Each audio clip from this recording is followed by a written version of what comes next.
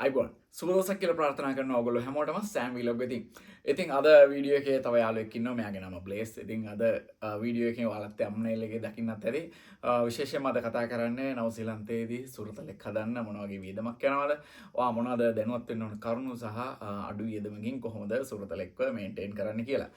ඉතින් එහෙනම් වීඩියෝ එකත් එක්ක එකතු වෙමු.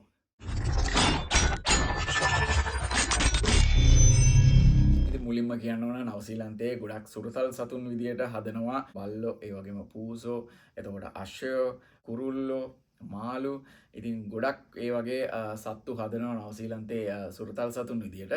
ඉතින් ඒකෙනුත් වැඩි වශයෙන්ම හදන්නේ බල්ලෝ සහ පූසෝ. ඉතින් මේ දෙගොල්ලොන්ගෙනුත් බල්ලෝ තමයි ගොඩාක්ම වැඩියෙන් ඉන්නේ. ඉතින් ඒක හින්දා මම හිතුවා පොඩි වීඩියෝ එකක් කරන්න. ඔයත් ආසාවෙන් ඉන්නවනම් සුරතලෙක් හදන්න, ඒ වගේම බල්ලෙක් වගේ හදන්න. ඉතින් මොනවද දැනුවත් වෙන්න ඕන කරුණු, ඒ වගේම මොන වගේ වියදමක්ද යන්නේ මාසෙකට, කොහොමද අඩු වියදමකින් මේ වගේ සුරතලෙක් මේන්ටේන් කරන්න කියලා ඉතින් ඔයාව දැනුවත් කරන්න තමයි මේ පුංචි වීඩියෝ එක මම අද අරගෙන ආවේ. ඉතින් එහෙනම් මම පළවෙනියටම කතා කරන්නම් නවසීලන්තයේ සුරතලෙක් හදන්න කලින් ඔයා මොනවද දැනුවත් වෙලා ඉන්න ඕන දේවල් කියලා. ඉතින් සුරතලෙක් හදන්න ඔයා බලාපොරොත්තු වෙනවා නම් ඔයාට මුලින්ම තියෙන්න ඕන එයා වෙනුවෙන් යොදවන්න කාලය. ඉතින් ඒක තමයි විශේෂම දේ. ඉතින් ඔයාට එයා වෙනුවෙන් දෙන්න කාලය තියෙනවා නම් ඔයා අනිවාර්යයෙන්ම සුරතලෙක් හදන්න සුදුසුයි. මොකද මම එහෙම කියන්න හේතුව නවසීලන්තේ ඉන්න අපි ගොඩක් ඉතින් කාර්ය බහුලයි. උදේට වැඩට යනවා, සමහරව හවසට තව ජොබ් එකකට යනවා. ඉතින් ඒ වගේ කාර්ය බහුල වෙලාවක ඔයාට සුරතලෙක්ට වැය කරන්න කාලය නැත්නම් ඔයා ඒ අවස්ථාවේදී සුරතලෙක් හදන එක මම හිතන්නේ එච්චර සුදුසුයි කියලා. ඉතින් ඊළඟ දෙවෙනි කාරණේ තමයි සුරතලෙක් හදන්න ඔයා ආස වුණත් ඔයාට කාලය තිබුණත් ඉඩ පහසුකම් තියනවද කියන එක. ඒක ඉතින් ඔයා තෝරගන්න සුරතලාගේ හැටිය අනුව තමයි මම අද ගොඩක් කතා කරන්නේ මේ ඩොග්ස්ලා ගැන. ඉතින් එයාලගේ බ්‍රීඩ් එක අනුව ඔයා ලොකු ඩොග් කෙනෙක් කියන්නේ ලොකු බල්ලෙක් ඔයා හදන්න බලාපොරොත්තු වෙනවා නම් එයාට ටිකක් විශාල ඉඩ ප්‍රමාණයක් ඕන. හැබැයි මේ වගේ පොඩි කෙනෙක් හදනවා නම් එච්චරම ලොකු ඉඩ ප්‍රමාණයක් අවශ්‍ය නැහැ. නමුත් සැලකිය යුතු ඉඩ ප්‍රමාණයක් තියෙන්න ඕන එයා වෙනුවෙන්. ඒ වගේම ඔයා ඉන්නේ නවසීලන්තේ ඉන්නේ ඔයාගේම ගෙදරක නම් ඒක කිසිසේත් ප්‍රශ්නයක් වෙන්නේ නැහැ ගොඩක් වෙලාවට. හැබැයි ඔයා රෙන්ට් එකට ඉන්නවා නම් ගොඩක් වෙලාවට ඔයාගේ ඕන ලවුඩ් කරන්නේ නැහැ පෙට් කෙනෙක් තියාගන්න. ඒකින්ද ඉතින් අනිවාර්යයෙන්ම ඔයාගේ තැනක් තියෙනවා නම් ඉතින් ගොඩක් වටිනවා සුරතලෙක් හදන්න. ඊළඟ කරුණ තමයි ඔයාට එයා වෙනුවෙන් වියදම් කරන්න පුළුවන්කම තියෙන්නත් ඕනේ. ඉතින් ඔයාට කොච්චර ආසාව තිබුණත් ඒ වගේම ඔයාට ඉඩපාසුකම් තිබුණත් එයා වෙනුවෙන් ඔයාට වියදම් කරන්න වෙනවා සාමාන්‍ය මුදලක් මාසෙකට. ඉතින් අන්න ඒ වියදම් කරන්න ඔයා සූදානම් නම් ඔයාට සුරතලෙක් හදන්න පුළුවන්. රයිට්. ඊළඟට මම කතා කරන්න බලාපොරොත්තු වෙන්නේ ඩොග් කෙනෙක් හදන්න සාමාන්‍යයෙන් කොච්චර වියදමක් යනවද කියලා ඔයාව දැනුවත් කරන්න. ඉතින් ඒක ඇත්ත වශයෙන්ම ඩිපෙන්ඩ් වෙන්නේ ඔයාගේ කැමැත්ත අනුව. මොකද ඔයා ලොකු බල්ලෙක් හදන්න බලාපොරොත්තු වෙනවා නම් ටිකක් ලොකු වියදමක් යනවා. සාමාන්‍යයෙන් පොඩි කෙනෙක් හදන්න මේ වගේ කෙනෙක් යනවා නම් සාමාන්‍යයෙන් ඊට වඩා පොඩි වියදමක් තමයි යන්නේ. මම මෙයාගේ බ්‍රීඩ් එක කිව්වොත් මෙයා මෝල්ටිස් සිට්සු. ඒ කියන්නේ සිට්සු සහ මෝල්ටිස් කියන මේ දෙකොල්ල මික්ස් කරලා හදපු බ්‍රීඩ් එකක්. මෝල්ටිස් සිට්සු සාමාන්‍යයෙන් මෙයා නිව්සීලන්ත ඩොලර්ස් 800 ඉඳලා 2300 දක්වා රේන්ජ් එකේ තමයි ඉන්නේ. ඉතින් ගොඩක් පහසුයි මේ වගේ කෙනෙක් හදන්න. ගේ ඇතුලේ හදන්නත් පුළුවන්. ටිකක් අඩු වියදමක් තමයි යන්නේ. ඒ වගේම අඩු ඉඩකඩ ප්‍රමාණයක් තමයි යන්නේ මේ වගේ කෙනෙක් හදන්න සහ මේන්ටේන් කරන්න. ඉතින් නවසීලන්තේ ගොඩක්ම ෆේමස් ඩොග් බ්‍රීඩ්ස් තියෙනවා. ඉතින් ඒ වගේන් ගොඩක් වෙලාවට ගත්තොත් ලැබ්‍රඩෝග්, ඒ වගේම රොට්රිවර්, ඒ වගේම හස්කි මෙන්න මේ වගේ ගොඩක් ෆේමස් බ්‍රෑන්ඩ් තියෙනවා. ඉතින් ඒගොල්ලෝ සාමාන්‍යයෙන් ලැබ්‍රඩෝග් කෙනෙක් නම් සාමාන්‍යයෙන් 1500 2500 වගේ අතර රේන්ජ් එක තමයි යන්නේ. ඉතින් ඔන්න ඔය වගේ රේන්ජ් වල තමයි ලොකු බ්‍රීඩ් වල බල්ලොන්ගේ ගණන් යන්නේ. අත් වශයෙන්ම ඩිපෙන්ඩ් වෙනවා ඔයාගේ කැමැත්ත අනුව. ඉතින් ඒකෙන් හින්දා පළවෙනි වියදම තමයි ඔයාට යන්නේ මෙන්න මේ ඩොග් කෙනෙක් මිලදී ගන්න යන වියදම. ඉතින් ඊළඟට ඔයාට යන දෙවනි වියදම තමයි මෙයාව රෙජිස්ටර් කරන්න යන කොස්ට් එක. ඉතින් සාමාන්‍යයෙන් අපි ඩොග් කෙනෙක් කියන්නේ මෙයාව අපි ගන්න සාමාන්‍යයෙන් පපි පොඩි වයසේදී. ඉතින් ඒ පපි කෙනෙක්. එතකොට මෙයා සාමාන්‍යයෙන් සති 2-3ක් වගේ වෙද්දි තමයි අපිට ගන්න පුළුවන් වෙන්නේ. මිලදී ගන්න පුළුවන් වෙන්නේ. ඉතින් එහෙම අරගන්න පපීව අපි මාස 3ක් යන කලින් රෙජිස්ටර් කරන්න ඕන ඔයා ඉන්න ප්‍රදේශයට අදාළ කවුන්සිල් එකේ. ඉතින් ඒක ඔයාට කරගන්න පුළුවන් ඔන්ලයින් කරගන්න පුළුවන්. ඒකේ ඉතින් විස්තර තියෙනවා බලා ගන්න පුළුවන් ඔයාලට ඩොග් රෙජිස්ට්‍රේෂන් එක කොහොමද කරන්න කියලා. ඉතින් ඒක තමයි ඊළඟට යන වියදම. ඉතින් සාමාන්‍යයෙන් ඔයාලට මම රෆ්ලි කියන්නම් ඒක කවුන්සිලෙන් කවුන්සිල් වෙනස් වෙනවා. සාමාන්‍යයෙන් ඕක්ලන්ඩ් වල නම් නිව්සීලන්ඩ් වල 150ක් වගේ යනවා. මෙයාව රෙජිස්ටර් කරන්න. ඒ කියන්නේ රෙජිස්ටර් කරන්න කියන්නේ පළවෙනි රෙජිස්ට්‍රේෂන් එක. ඒකට වාර්ෂිකව ඇනුවලි කරන්න ඕන. නමුත් පළවෙනි එක $150ක් ඒ කියන්නේ 130ත් 150ත් අතර වගේ ගානක් තමයි යන්නේ. ඒක කවුන්සිලෙන් කවුන්සිල් එකට වෙනස් වෙනවා. සහ ඩොග්ගේ වර්ගය අනුවත් වෙනස් වෙනවා. ඉතින් මම රෆ් ගානක් තමයි ඒ ගාන කිව්වේ. ඉතින් ඔයා මතක තියාගන්න ඕන පපි කෙනෙක් ගත්ත ගමන්ම එයාව රෙජිස්ටර් කරන්න ඕන මාස 3ක් යන්න කලින්. ඉතින් එහෙම රෙජිස්ටර් කරාට පස්සේ මම කිව්වේ වාර්ෂිකවත් මෙයා රෙජිස්ටර් කරන්න ඕනේ. කියන්නේ අවුරුද්දෙන් අවුරුද්දට අපි වාහනයක් රෙජිස්ටර් කරනවා වගේ අවුරුද්දෙන් අවුරුද්දට මෙයාව මෙයාගේ රෙජිස්ට්‍රේෂන් එක රිනිව් කරන්න ඕන. ඉතින් ඒකට සාමාන්‍යයෙන් $75-100ත් අතර වගේ ගාණක් යනවා. ඒකත් ඉතින් මම කිව්වා වගේ කවුන්සිලෙන් කවුන්සිල් එකට වෙනස්. සාමාන්‍යයෙන් රෆ්ලි ඔන්න ඔය ගාණ තමයි යන්නේ. වාර්ෂිකව යන වියදමක් තමයි අන්න ඒක. ඉතින් ඊළඟට යන වියදම තමයි මයික්‍රෝ චිපින් කරන්න යන වියදම. ඉතින් මොකක්ද මේ මයික්‍රෝ චිපින් කියන්නේ? මයික්‍රෝ චිපින් කියන්නේ මෙයාගේ ඇඟට පොඩි මයික්‍රෝ චිප් එකක් ඇතුල් කරනවා. ඒක ඇතුල් කරාට පස්සේ හදිසිය හරි මෙයාව අපිට නැති වුණොත් හොයාගන්න පුළුවන්. ඉතින් ඒ මයික්‍රෝ චිප් එකෙන් අපේ විස්තර ඒකට එන්ටර් කරලා තියෙන. ඉතින් ඒ මාර්ගයෙන් අපිට මෙයාව හොයාගන්න පුළුවන්. ඉතින් ඒක හින්දා තමයි මයික්‍රෝ චිපින් කරන්නේ. ඒක අනිවාර්යයෙන්ම කරන්න ඕන. රෙජිස්ටර් කරලා මාස 3ක් වගේ ඇතුළත ඒක කරන්න ඕන.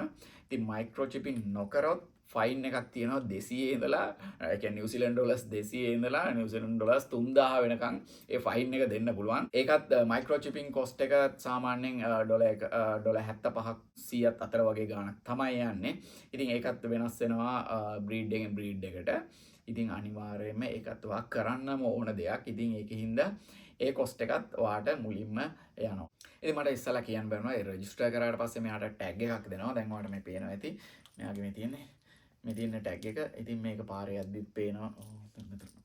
ප්ලේස්. ඉතින් ඔයාලට මේ පේන්නේ මේ තියෙන ටැග් එක. මේ ඉතින් කවුන්සිල් එකෙන් කවුන්සිල් එකට වෙනස් වෙනවා. එක එක ටැග් එක කලර් එක. ඉතින් එහෙම ටැග් එකක් ඉතින් දානවා රෙජිස්ටර් කරාට පස්සේ. ඉතින් අනිවාර්යයෙන්ම බල්ලෙක් ඒ කියන්නේ සුරතලෙක්ව ආදනව නම් ඩොග් කෙනෙක් එයාව රෙජිස්ටර් කරන්නම ඕන. ඉතින් ඊළඟට යන වියදම තමයි මෙයාව D6 කරන්න යන වියදම. ඉතින් ඔයා අහලා ඇති ලංකාවෙත් මේ D6 ඔපරේෂන් එක කරනවා. ඉතින් ඒ වගේම තමයි නිව්සීලන්ත වලත් ඒ ඔපරේෂන් එක කරනවා. සාමාන්‍යයෙන් $200 ඉඳලා $500 දක්වා වියදමක් යනවා මේ ඔපරේෂන් එක කරන්න. හැබැයි මේක ඔයාගේ කැමැත්ත අනුව කරන එකක්. ඔයාට කැමති නම් මෙයාව D6 කරන්න පුළුවන් ඒ ඔපරේෂන් එක, නැත්නම් නොකර ඉන්නත් පුළුවන්. හැබැයි මෙහි රෙකමන්ඩ් කරන්නේ D6 ඔපරේෂන් එක කරන්න කියලා. මොකද මෙයාට හෙල්ත් රිස්ක් එක මොනවා හරි ඒ හෙල්ත් රිස්ක් එක අඩු වෙනවා ඇත්තටම. ඊට පස්සේ ලෙඩ රෝග හැදෙන සම්භාවිතාවය අඩු වෙනවා. ඒ වගේම ඇග්‍රෙසිව් බිහේවියර් එකක් තියෙනවා නම් ඒකත් අඩු වෙනවා. ඒ හින්දා ඒක ඔයාගේ කැමැත්ත අනුව තමයි වෙන්නේ. සාමාන්‍ය කොස්ට් එක නිව්සීලන්ත ඩොලර්ස් 200ත් 500ත් අතර වියදමක් යනවා. ඔයා තෝරගන්න බ්‍රීඩ් එක අනුව තමයි ඒක වෙනස් වෙන්නේ. ඉතින් ඊළඟ වියදම තමයි ඉන්ෂුරන්ස් එකකට යන වියදම. ඉතින් ඒකත් ඩිපෙන්ඩ් වෙන්නේ ඔයාගේ තීරණය මත. ඔයාට ඕන නම් මෙයාව ඉන්ෂුරන්ස් කරන්න පුළුවන්. එහෙම නැත්නම් නොකර ඉන්න පුළුවන්. හැබැයි මෙයා සාමාන්‍ය ඉන්ෂුරන්ස් කරනවා නම් තමයි හොඳ. මොකද මේගොල්ලොන්ටත් ලෙඩ රෝග ගොඩක් එනවා. ඉතින් ඒ වගේ එක සැරයක් අපි වෙට් ඩොක්ටර් ගාවට ගියොත් එක විසිට් එකකට සාමාන්‍යයෙන් $50ක් 60ක් 70ක් යනවා. ඉතින් ඒකින් හින්දා ඉන්ෂුරන්ස් කරලා තිබ්බොත් ඒක රිකවර් කරගන්න පුළුවන්කම තියෙනවා. ඉතින් මම බේසිකලි කියන්නේ මෙයා ගැන හිතලා. ඉතින් මේ වගේ නෙමෙයි අනිත් අයටත් තව රෝග තියෙනවා. ඉතින් එක එක ලෙඩ එනවා. ඒක හින්දා ඉතින් රෙකමන්ඩ් කරනවා ඉන්ෂුරන්ස් කරනවා නම් හොඳයි කියලා. ස්පෙෂලි මෙයාලගේ ඩෙන්ටල් ප්‍රශ්න එනවා. ඊට පස්සේ ඔය එක බෝන් වල ප්‍රශ්න එනවා. එක ස්කින් වල ප්‍රශ්න එනවා. ඉතින් මේ හැම දෙයකටම ඉතින් ඔපරේෂන් තියෙනවා. ඔවට ලොකු වියදමක් යනවා ඇත්ත වශයෙන්ම කියනවා නම්. ඩෙන්ටල් මොකක් හරි දතක ප්‍රශ්නයක් වුණොත් සාමාන්‍යයෙන් $200ක් 250ක් විතර ගාණක් යනවා. ඉතින් ඉන්ෂුරන්ස් කරලා තිබ්බොත් රිකවර් කරගන්න පුළුවන්. ඒකින්ද රෙකමන්ඩ් කරනවා ඉන්ෂුරන්ස් කරලා තියෙනවා නම් හොඳයි කියලා. ඉතින් ඒකත් ඔයාගේ කැමැත්ත අනුව තමයි සිද්ධ වෙන්නේ. සාමාන්‍යයෙන් ඩොග් ඉන්ෂුරන්ස් එකක් සතියට $10 15 20 ඒ වගේ ගාණ ඉඳලා තියෙනවා. ඉතින් ඒක ඔයා සිලෙක්ට් කරගන්න කවරේජ් එක අනුව තමයි තීරණය වෙන්නේ. ඉතින් ඒක ඔයාගේ අතේ තමයි තීරණය තියෙන්නේ. ඉතින් ඊළඟට යන වියදම තමයි මෙයාගේ ගෲමින් වලට යන වියදම. සාමාන්‍යයෙන් ඉතින් ඔයාට ගෙදර ඉඩ පහසුකම් තියෙනවා නම් මෙයා ගෙදරදිම නාව ගන්නත් පුළුවන්. ඒ වගේම මෙයාගේ මේ hair කොණ්ඩේ ඉතින් මේවා කපන්නත් ලොකු වියදමක් යනවා. සාමාන්‍යයෙන් ඔයා ගෲම් කරන්න යනවා නම් bath and dry එකට සාමාන්‍යයෙන් $80ත් 100ත් අතර ගාණක් යනවා මේ වගේ පොඩි එක්කෙනෙකුට. හැබැයි ලොකු බල්ලෙක් නම් සාමාන්‍යයෙන් 80 100 120 ඒ වගේ ගාණක් තමයි යන්නේ. ඉතින් ඊට පස්සේ මෙයාගේ නේල්ස් දැන් සාමාන්‍ය අපි ලංකාවේ නම් අහලා නැහැ අපි බල්ලෙක්ගේ නියපොතු කපන්න එක්ක යනවා කියන එක. නමුත් මෙහෙදී අනිවාර්යයෙන් මේක කරන්න වෙනවා. මොකද මේගොල්ලෝ ගොඩක් වෙලාවට ගෙවල් ඇතුළේනේ අපි හැදෙන්නේ.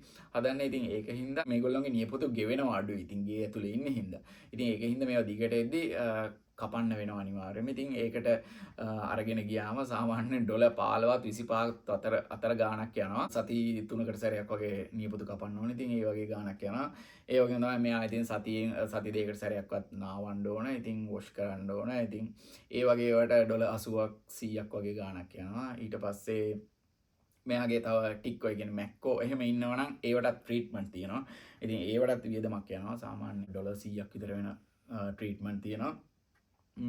ඉතින් ඔන්න වගේ ග්‍රූමින් වලටත් යනවා. ඒ කියන්නේ තව මෙයාගේ දැන් මේ එන්න මේ ලෝම මේවා දික් වෙනවා. ඉතින් මේවා කපන්න සාමාන්‍යයෙන් ඒකටත් ඒ වගේ ගාණක් යනවා. ඩොලර් 100ක් විතර යනවා. 80ක් 100ත් අතර ගාණක් වගේ යනවා. හැබැයි ඒකත් මම අර කිව්වා වගේ ලොකු බල්ලෙක්ගේ නම් ඊට වඩා වැඩි. පොඩි කෙනෙක්ගේ නම් ඊට වඩා අඩුයි. ඒ දේවල් තමයි ග්‍රූමින් වලදී ඔයාට යන වියදම. ඉතින් ඊළඟ වියදම තමයි මෙයාට යන කෑම. ඉතින් සාමාන්‍යයෙන් රෙකමන්ඩ් කරන්නේ මේගොල්ලොන්ට ඩොග් ෆුඩ්ස් එහෙම නැත්නම් කැට් කෙනෙක් හදනවා නම් කැට් ෆුඩ් ඒ වගේ ඒවා දෙන්න කියලා. මොකද සාමාන්‍යයෙන් අපි කන කෑම දුන්නොතින් මේගොල්ලොන්ට එන්න තියෙන රෝගවල ප්‍රමාණය වැඩි වෙනවා. ඒකින්ද රෙකමන්ඩ් කරන්නේම ඩොග් ෆුඩ්ස් දෙන්න කියලා. ඉතින් ඔයාලා දැකලා ඇති සාමාන්‍යයෙන් බඩු ගන්න යනවා පැක් ඇන්ඩ් සේව් එකේ තියෙනවා. ඕන සුපර් මාකට් එකේ ඩොග් ෆුඩ්ස් තියෙනවා. මේගොල්ලොන්ට දෙන මිල්ක් වර්ග තියෙනවා. එක ෆුඩ් තියෙනවා. ඉතින් ඒවා දෙන්න කියලා තමයි රෙකමන්ඩ් කරන්නේ. සාමාන්‍යයෙන් ඩොලර් 120ක් විතර වෙනවා මේගොල්ලොන්ගේ 8 කිලෝ ෆුඩ් බෑග් එකක්. ඉතින් ඒක සාමාන්‍යයෙන් මාස 2කමාරක් විතර තමයි මේගොල්ලෝ කන්නේ. ඉතින් මේ මම කියන්නේ බේසිකලි මෙයාට සාපේක්ෂව. ඉතින් ලොකු එක්කෙන්න ඊට වඩා වැඩි ප්‍රමාණයක් කනවා. ඉතින් අපි මෙයාට ගේන එක ඩොලර් 110ක් වෙනවා.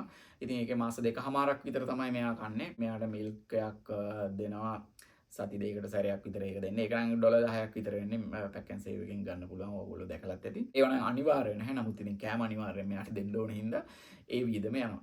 ඊළඟ වියදම තමයි මෙයාව ට්‍රේන් කරනවා නම් මෙයාව ට්‍රේනින් ස්කූල් එකකට යවනවා නම් එතනත් ඔයාට වියදමක් යනවා. ඒකත් ඉතින් ඩිපෙන්ඩ් වෙනවා ඔයා තෝරගන්න ඔයා හදන්න කැමති ඩොග්ගේ බ්‍රීඩ් එක අනුව. ඉතින් සාමාන්‍යයෙන් මෙයාව ට්‍රේන් කරනවා නම් මෙයාව ට්‍රේනින් ස්කූල් එකකට යනවා නම් එතනත් වියදමක් තියෙනවා. ඒක නම් ඉතින් ඩිපෙන්ඩ් වෙන්නේ ඔයා මත. ඔයාට ඕන නම් යවන්න පුළුවන්. ඔයාට ඕන නම් නොයවන්න පුළුවන්. අපේ මේ බ්ලේස් නම් අපි ට්‍රේනින් ස්කූල් එකට යවලා නැහැ. අපිට ඕන විදිහට තමයි අපි ට්‍රේන් කරලා තියෙන්නේ. ඉතින් ඒක ඔයාටම කරගන්න පුළුවන්. එතනත් වියදමක් යනවා. සාමාන්‍යයෙන් ඒකත් ඩොලර් 100 පැනලා තමයි තියෙන්නේ. ඉතින් එහෙම වියදමකුත් තියෙනවා. ඉතින් ඒක ඩිපෙන්ඩ් වෙන්නේ ඔයාගේ කැමැත්ත අනුව.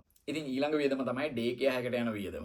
ඉතින් ඒක ඔයා බලන්න ඇති ඩේ කෙයා එකක් මොකටද ඩොග් කෙනෙක්ට කියලා.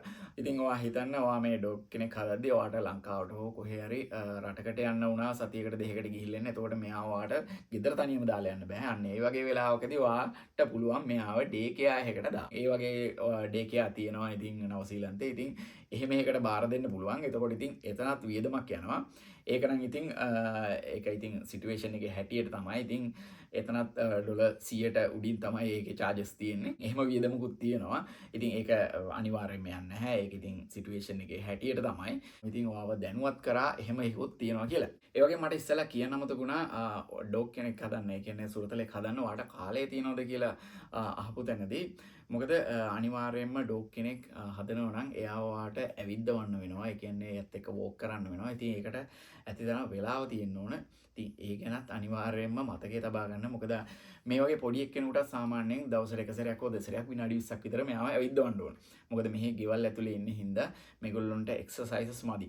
ඒකෙන් හින්දා විනාඩි 20ක්වත් මේ වගේ පොඩි එක්කෙනෙක් එක්ක යන්න ඕන වෝක් එකක. ඉතින් ලොකු එක්කෙනෙක් හදනවා නම් ඊට වඩා වැඩි. ඉතින් ඒක හින්දා ඔයාට එහෙම දෙයක් කරන්න එයා වෙනුවෙන් කැප කරන්න කාලය තියෙනවද කියන එකත් ගැනත් ඔයා සැලකිලිමත් වෙන්න ඕනේ. රයිට්. ඉතින් අපි එහෙනම් දැන් ඇවිල්ලා ඉන්නේ මේ වීඩියෝ එකේ අවසාන හරියට. ඉතින් කොහොමද මේ වගේ කෙනෙක් හදන්න අපිට ආසාව තියෙනවා අපි යන වියදම දන්නවා. හැබැයි ලෝ කොස්ට් එකකින් ඒ කියන්නේ අඩු වියදමකින් කොහොමද මෙයාව මේන්ටේන් කරගන්නේ කියලා ඔයාව පොඩ්ඩක් දැනුවත් කරන්න තමයි මම හදන්නේ මේ කොටසේ. ඉතින් මම මුලින් කිව්වා වගේ ඔයාට අර මුලින් කියපු වියදම් ටික ඔයාට අනිවාර්යයෙන්ම යනවා. මොකද පපි කෙනෙක් මිලදී ගන්න යන වියදම, ඒ වගේම රෙජිස්ටර් කරන්න යන වියදම, ඒ වගේම එයාව මයික්‍රෝ චිපින් කරන්න යන වියදම. ඉතින් ඒ ටික ඔයාට අනිවාර්යයෙන්ම වියදම් කරන්න සිද්ධ වෙනවා. ඊළඟට මං කිව්වේ D6 කරන එක. ඒක ඔයාගේ කැමැත්ත අනුව කරන එකක්. ඊට පස්සේ ඉන්ෂුරන්ස් එකත් ඒකත් ඔයාට කැමති නම් දාන්න පුළුවන්, නැත්නම් නොදා ඉන්න පුළුවන්. ඒක ප්‍රශ්නයක් නැහැ. ඉතින් ඒ ටික කරගත්තට පස්සේ grooming.